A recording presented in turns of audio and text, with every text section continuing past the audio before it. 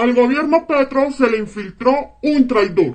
Se trata de Alejandro Gaviria, ministro de Educación, que de hecho fue despedido por el mismo Gustavo Petro. Le dijo no va más por revelar un documento que más adelante vamos a ver. Pero en este momento los uribistas también lloran la salida de Alejandro Gaviria. Y ojo, es la primera vez que la oposición llora la salida de un ministro, pues, en el gobierno al que le hace oposición. Vamos a mirar la alocución oficial de Gustavo Petro dando el anuncio. En democracia, la diversidad de opiniones es un valor que yo comparto plenamente. Las reformas necesitan debate en la sociedad, consenso en el gobierno y después de aprobadas por el Congreso y por la sociedad misma, necesitan mucha determinación para aplicarlas. Este gobierno del cambio no va a renunciar a reformar para mejorar la salud, las pensiones y las condiciones laborales justas para todos los colombianos y colombianas. El objetivo es simple, los cómo y los medios complejos. Buscamos simplemente que cualquier enfermo sea atendido y se prevenga la enfermedad. Que cualquier persona de edad tenga un bono pensional, que cualquier trabajadora tenga estabilidad laboral. La salud es un derecho, no es un negocio. Y la actividad privada, que bienvenida sea, no puede impedir o limitar ese derecho. Buscamos soluciones justas, estables y responsables y entre todos y todas. Estamos en un momento decisivo para nuestras reformas y necesitamos más cohesión y determinación. Hago un llamado al acuerdo nacional, a que todas las fuerzas políticas, incluso de la oposición, los gremios, las asociaciones comunales, los barrios, las organizaciones sociales, campesinas, y a cada uno de los colombianos y colombianas a que ayuden a construir este país con el debate y las propuestas. Agradezco los servicios prestados por los ministros Alejandro Gaviria, María Isabel Urrutia y Patricia Ariza. Con sus aportes han contribuido a enriquecer el debate y a iniciar los cambios por los que votó el país. Y los invito a que desde el lugar donde estén nos ayuden a construir este pacto social.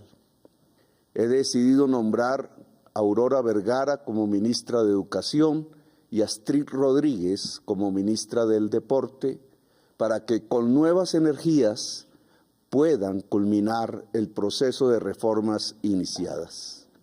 Seguiremos buscando consensos y acuerdos para consolidar y profundizar nuestras reformas.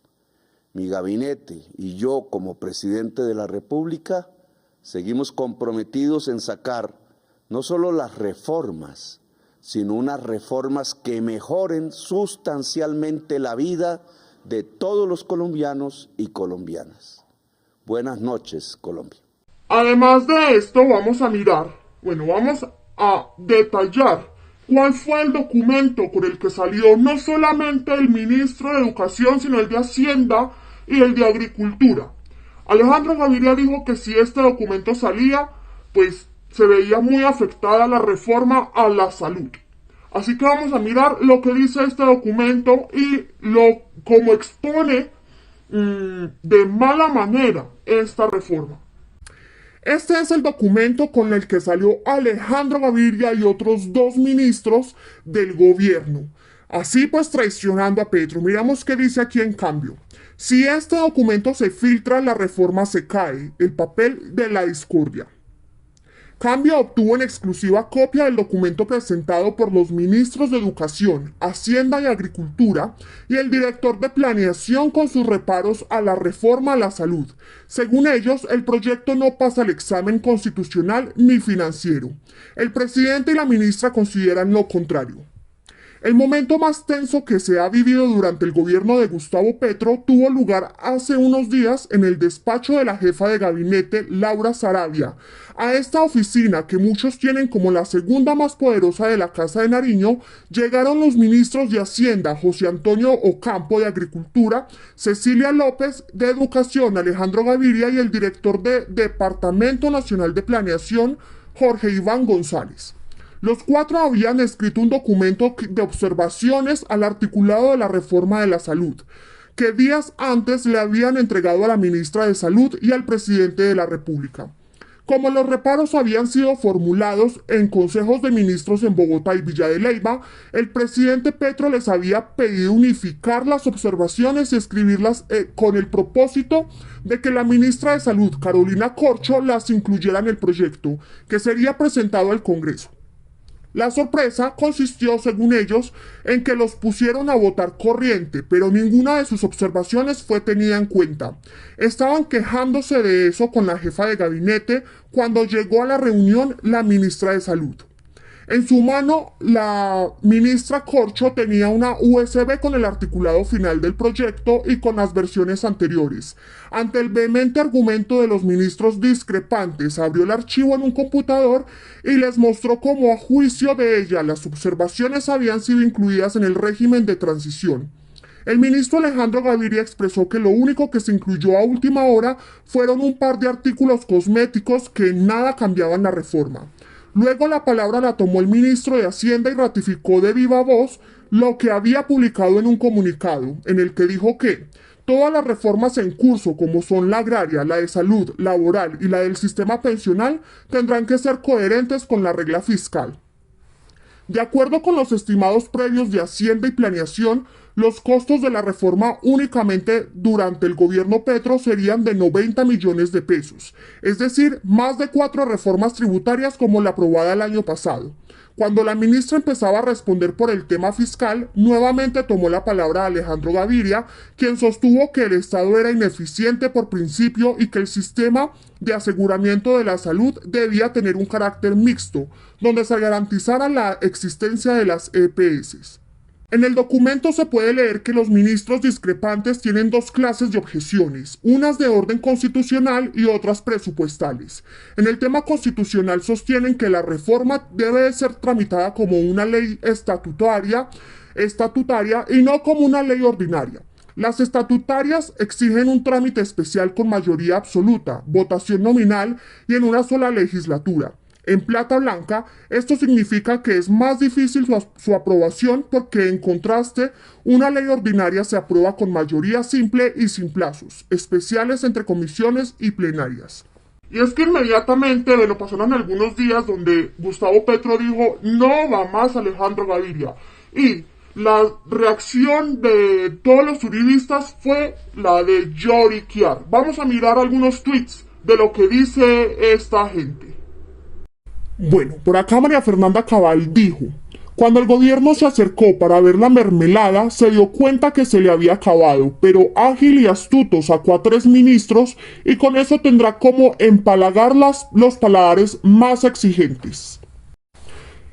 Miremos este tuit de Miguel Uribe Turbay. Dice: mientras Petro pide deliberación y dice estar dispuesto a escuchar diferentes voces de manera contradictoria, se deshace de las voces que lo incomodan.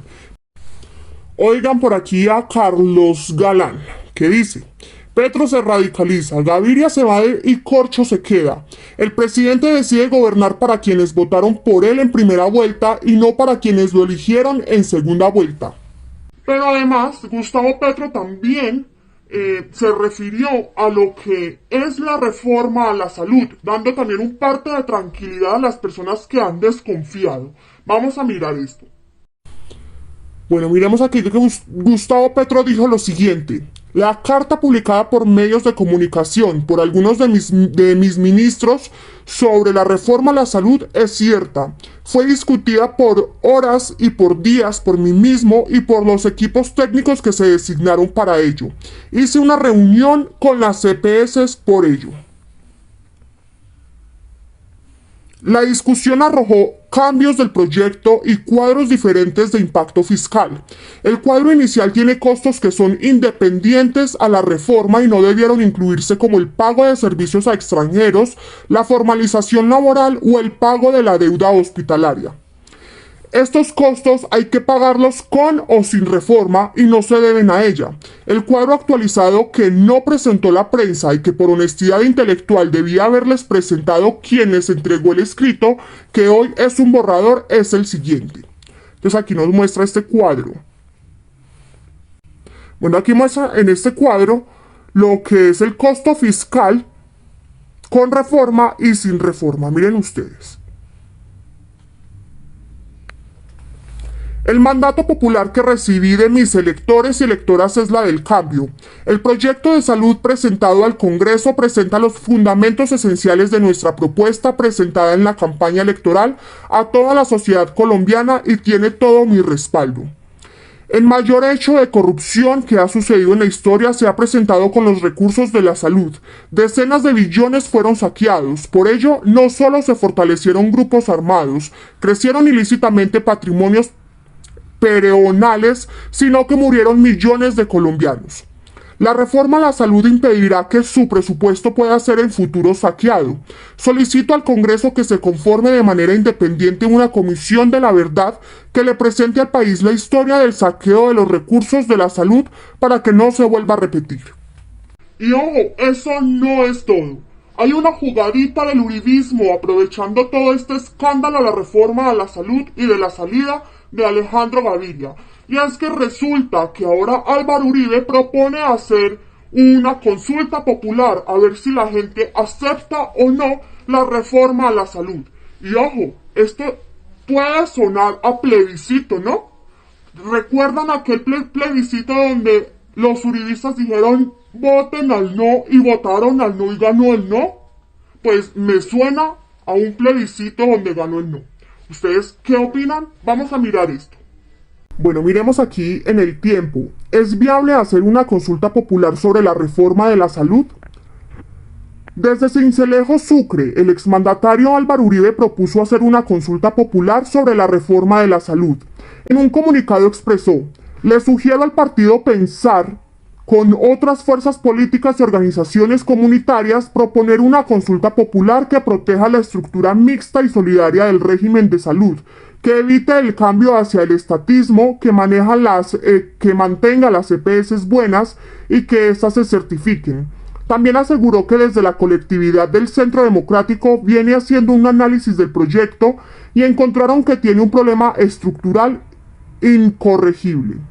Frente a estas declaraciones, Gabriel Becerra, quien hace parte de la coordinación del Pacto Histórico, le aseguró al Tiempo que la propuesta del expresidente Uribe es más un distractor que una postura consecuente de reforma del sistema de salud que, entre otras cosas, él ayudó a promover hace 30 años. También dijo que convocar a un referendo implicaría suspender el debate y la aprobación del proyecto. Según Becerra, esto implicaría abrir un campo de deliberación, de discusión, que en últimas llevaría a que en este gobierno no se aprobara ninguna reforma. Por ello considera que el expresidente está generando una distracción para que no avance la aprobación de la reforma. En esa misma línea, Mauricio Jaramillo, profesor de la Facultad de Estudios Internacionales, Políticos y Urbanos de la Universidad del Rosario, indicó que esta propuesta es inviable desde el punto de vista de la legitimidad. Discutir acerca de recursos y acerca de las garantías del modelo de salud me parece que es poner a la ciudadanía a reemplazar el rol natural que debe cumplir el Congreso, cuyos representantes están ahí precisamente para dar esa discusión y votarla en el seno de esa corporación, manifestó. Bueno, y es que definitivamente los uribistas lloran por la salida de este traidor. Tal vez un infiltrado del uribismo más. Pero cuéntenme ustedes qué opinan sobre lo que aquí les venimos a exponer.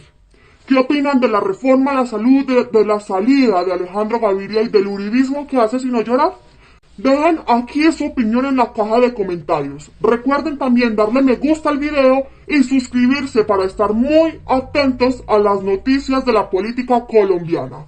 Hasta la próxima.